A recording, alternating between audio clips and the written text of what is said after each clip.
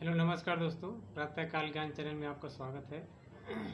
तो आज बात करेंगे कि बाहर कमाने वाले लोग बाहर निकलते समय, घर से निकलते समय किस चीज़ का सावधानी रखें और किस किस चीज़ का ध्यान रखना चाहिए। तो आज इस टॉपिक पर बात करेंगे और 14 ऐसे तरीके आपको बताएंगे जो सफ़र को आरामदायक और सुखदायक बनाएंगे और 14 तरीकों को आपको ध्यान में रख के सफ़र करना है। चलिए शुरू करते हैं। दोस्तों, पहली सावधानी है कि जब आप घर से निकलें तो सबसे पहली बात तो अपने माता पिता, भाई बहन या चाचा चाची, दादा दादी जो भी घर पे मौजूद हों या दोस्त मित्र, उनसे मिलकर ही निकले घर से। क्योंकि अगर सच्चा दोस्ती है, सच्चा घर से संबंध है तो आपको सबसे मिलकर निकलना चाहिए। और दूसरी बात, अपने इष्ट देवता उनकी पूजा अर्चना करके निकलना चाहिए, जिससे हमारे माता पिता भी खुश रहते हैं, अपने दिल में भी तसल्ली रहता है और सफ़र सुखदायी और आनंदित रहता है। तो सबसे पहला यही काम हो गया कि अपने माँ बाप को सबसे मिल कर के, अपने चाचा चाची जिनसे जो अलग भी रहते होंगे उनसे भी मिलकर निकलें। अपने मित्रों को भी बता करके निकलें कि हम बाहर जा रहे, थोड़ा घर पे ध्यान रखना, अपने जो विश्वासी लोग होंगे। तो चलिए दूसरा नंबर शुरू करते हैं। खाने का सामान आपको 3 से 4 घंटे पहले बना करके रखना है और ऐसा सूखा सामान जो सफ़र में ख़राब ना हो उस हिसाब से बना कर रखना है। रोटी पराठा सब्ज़ी जो भी आपको है वो सब बना कर व्यवस्थित रखना है। पानी पीने के लिए एक अच्छी सी बड़ी बोतल लेकर चलना है। और तीसरा नंबर है, नशीली चीज़ों को बैग में कभी भी ना रखें। जैसे तंबाकू हो गया, सिगरेट हो गया, गुटखा पुड़ी, तंबाकू हो गया। ट्रेन में पान भी ना खाएं। तो इन सब बातों से आपके सफ़र पर फ़र्क भी पड़ सकता है। तो अब चौथे नंबर की बात करते हैं। तो पैसे छुट्टे भी आप साथ में रखें, क्योंकि छुट्टा पैसा बहुत ज़रूरी होता है साथ में रखना। क्योंकि छुट्टा पैसा आपको हर जगह काम आएगा, किराया देने में, रेलवे टिकट लेने में, हर जगह काम आएगा, सामान खरीदने में, लेन देन करने में। नहीं तो आप ज़्यादा पैसे देंगे, 50 की देंगे, 100 की देंगे, 100 रुपये के नोट देंगे तो आपको अगर 90 रुपये होगा, 10 रुपये वापस ही नहीं मिलेगा। या तो कोई लेके जाएगा या तो दे के जाएगा, ऐसा ये हो जाता है उसमें। इसलिए आप छुट्टा पैसे रखें। तो चलिए शुरू करते हैं छठा नंबर। दोस्तों, छठा नंबर है, कभी भी यात्रा करें 3 से 4 लोग साथ में यात्रा करें। इससे एक भय मुक्त वातावरण से यात्रा होता है और बहुत ही सुखमय यात्रा होती है। और किसी भी सरकारी कर्मचारी या किसी भी आदमी से डर की भी ज़रूरत नहीं रहती है, क्योंकि जब 4 आदमी 3 आदमी रहेंगे तो उसमें से बात करने वाले ज़रूर 2-3 रहेंगे। तो उसमें से एक कम पढ़ा लिखा भी रहेगा तो भी उसका कुछ नुकसान नहीं होगा। और चाणक्य जी भी बताते हैं कभी भी सफ़र में 3 से 4 आदमी एक साथ सफ़र करना चाहिए। और 7वां नंबर है, टिकट पहले से निकाल कर रखना चाहिए। आप कभी भी यात्रा करें तो अपनी एक योजनाबद्ध तरीके से योजना बनाकर यात्रा करें। आने के लिए कब आना है और कब जाना है, एक लमसम डेट निश्चित करें। और उसके बाद अपना टिकट पहले से निकाल कर रखें। मोबाइल में भी अब तो ऐप्स भी आ गए हैं, आप चेक भी कर सकते हैं उसमें से कि सीट कितनी खाली है, कितनी नहीं है, या सेल है कि एसी है, AC 1 है, AC 2 है, फर्स्ट AC है, सेकंड AC, वो सब चेक कर सकते हैं। या सेकंड सीट है बैठ कर जाने वाली है, उसमें भी आप निकाल सकते हैं। लेकिन लंबे सफ़र में ये स्लीपर ही होना, तो आप उसमें निकाल सकते हैं। पहले से ही निकाल कर रखना चाहिए योजना बना करके, नहीं तो दोस्तों बहुत ही परेशानी का सामना करना पड़ता है और पैसे भी लमसम डेढ़ा और डबल अपने चल जाते हैं और बाद में सीट भी नहीं मिलती।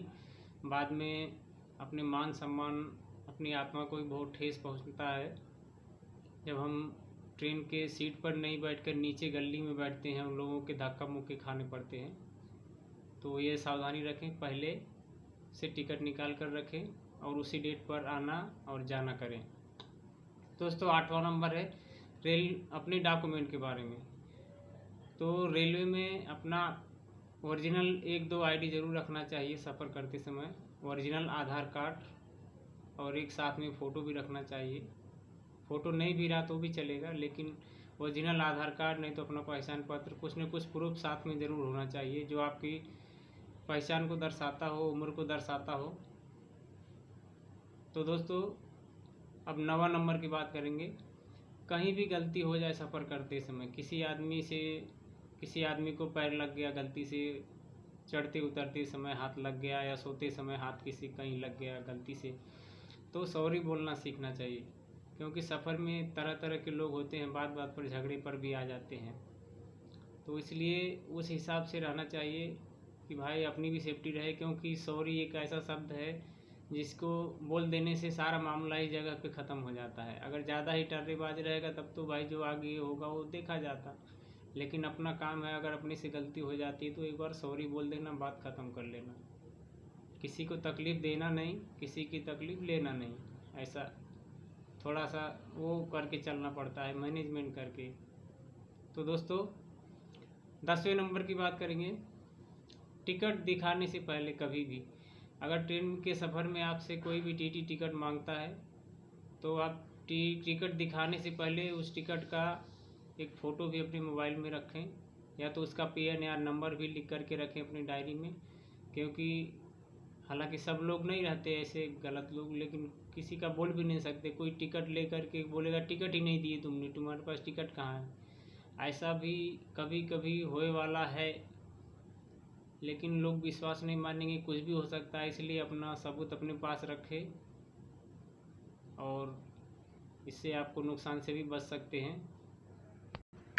दोस्तों बात करेंगे 11 नंबर का। किसी का भी दिया हुआ सामान ट्रेन में ना खाएं, चाहे वो कितना भी नज़दीक हो। अगर साथ में अगर एक ही गांव से चले हैं तो आप बिंदास खाइए, लेकिन अनजान आदमी का दिया हुआ कुछ भी सामान मत खाइए, क्योंकि ये आपके साथ धोखा भी हो सकता है और आपका अहित भी हो सकता है, सामान भी चोरी हो सकता है। इसलिए किसी का दिया हुआ सामान कोशिश करें न खाएं तो बहुत ही अच्छा है। दोस्तों 12वें नंबर की बात करेंगे। खिड़की के किनारे कभी भी, आपकी अगर सीट खिड़की के किनारे है तो आप कभी भी सोने के टाइम में या बैठने के टाइम में खिड़की की तरफ मोबाइल चार्जिंग पर लगा कर ना सोएं। मोबाइल चार्जिंग पर रहेगा, आप ध्यान में कभी लंबे सफ़र पे जा रहे तो आप सो गए तो कोई कहीं रुकेगी ट्रेन स्टेशन पे तो कोई भी मोबाइल निकाल के लेके चला जाएगा। या मोबाइल में खिड़की के अंदर से कभी भी मोबाइल ऐसा हाथ में ना लेके रखें, रिकॉर्डिंग ना करें, क्योंकि चोर कहीं भी हो सकते हैं, किधर से भी ले लेंगे, डंडा मार के ले लेंगे, कुछ भी कर लेंगे। आप उस चीज़ों से सावधान रहिए और मोबाइल बाहर भी ना निकालें, ना खिड़की के साइड में चार्जिंग पर लगाएं, और लगाएं तो उतने टाइम तक बैठे रहें, नहीं तो अंदर बैग में रख दें, नहीं तो हाथ में ले लें। तो दोस्तों 13 नंबर की बात करेंगे कि टिकट अगर आपके पास नहीं है, अगर अर्जेंट में यात्रा पर निकलना है तो लाजमी है आपको कि अतिरिक्त टिकट का शुल्क देना पड़ेगा और टीटी से टिकट बनवाना पड़ेगा। लेकिन उस अवस्था में अगर आप टिकट बनवाते हैं तो अतिरिक्त तो किराया लगेगा, सीट भी नहीं रहेगी, तो वो तो अपनी कंडीशन रहती, जान दो कोई बात नहीं भाई, वो तो करना ही पड़ता। लेकिन जब आप अतिरिक्त किराया देते हैं तो टीटी से स्लिप लेना कभी ना भूलें। जो अपनी पर्ची वो बना कर देते हैं वो लेना कभी मत भूलें, क्योंकि बहुत से लोग होते हैं कि कुछ लोग रहते बोलते भाई मैं बात कर लूँगा, तुम्हें स्लिप की कोई ज़रूरत नहीं, मैं देख लूँगा, तुम जाओ यहाँ से, कोई दिक्कत नहीं, कोई नहीं पकड़ेगा तुमको। तो क्या करते हैं लोग, कोई सबकी बात नहीं कर रहा मैं, कुछ लोग वो क्या करते हैं, स्लिप नहीं देते और पैसा उनकी जेब में रख लेते, वो सरकार के भी फंड में जमा नहीं करते कोई। तो आप स्लिप ज़रूर लीजिए। अगर वो बोलता है स्लिप के पैसे ज़्यादा लगेंगे, स्लिप दूंगा तब ज़्यादा पैसे लूँगा, तो ज़्यादा पैसे दीजिए, लेकिन स्लिप ज़रूर लीजिए। क्योंकि स्लिप लेंगे तो उसको 1 रुपये भी नहीं मिलेगा और उसका भी दिमाग ज़रा ठिकाने आएगा, और जो गलती करेगा उसको उसकी सज़ा तो मिलनी ही चाहिए, चाहे अपने बेशक 100-200 ज़्यादा चले जाए, लेकिन स्लिप ज़रूर ले। बगैर स्लिप का छोड़ अगर आप आ गए तो आप कहीं और भी पकड़े जा सकते हैं, इसलिए स्लिप ज़रूर लीजिए। और दोस्तों 14 नंबर की बात करेंगे। यात्रा अगर आपकी पूरी हो गई है और जहाँ पे आप जा रहे हैं अगर वहाँ पर लास्ट स्टेशन पे जब आप उतरते हैं तो अगर 11-12 बज गए या ज़्यादा टाइम हो गया, नहीं साधन सुविधा मिल रहा, तो आप उसी स्टेशन पर ही सो जाएं और कोशिश करें कि एक चादर और एक रुमाल वगैरह ज़रूर साथ में रखें, क्योंकि ज़्यादा रात को भी घर पे जाना, अगर घर दूर है तो जाना अच्छा नहीं रहता। और स्टेशन पर ही आप जहाँ वहाँ पर विश्राम गृह होता है वहाँ भी सो सकते हैं, और ये अच्छा रहेगा अपनी सेफ्टी के लिए, क्योंकि रात में भी जा कर के अच्छा नहीं रहता घर पे।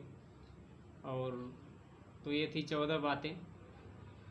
आशा करता हूँ आपको पसंद आया होगा, और आगे आप सफ़र कभी भी करेंगे तो ये बातों का सावधान रखना, ये बातों की सावधानी रखना, और अगर नए होंगे तो ज़रूर इन बातों को ध्यान रखना। जो पुराने लोग, अनुभवी लोग होंगे उनकी तो कोई बात नहीं है। तो दोस्तों आशा करता हूँ आपको ये वीडियो अच्छी लगी होगी, और चैनल को लाइक एंड सब्सक्राइब कीजिए ताकि आपको इस तरह की वीडियो आपको हमेशा लेके आता रहूँ और नई नई बातें आपको बताता रहूँ। तो चलिए अब विदा लेते हैं। जय हिंद, जय भारत।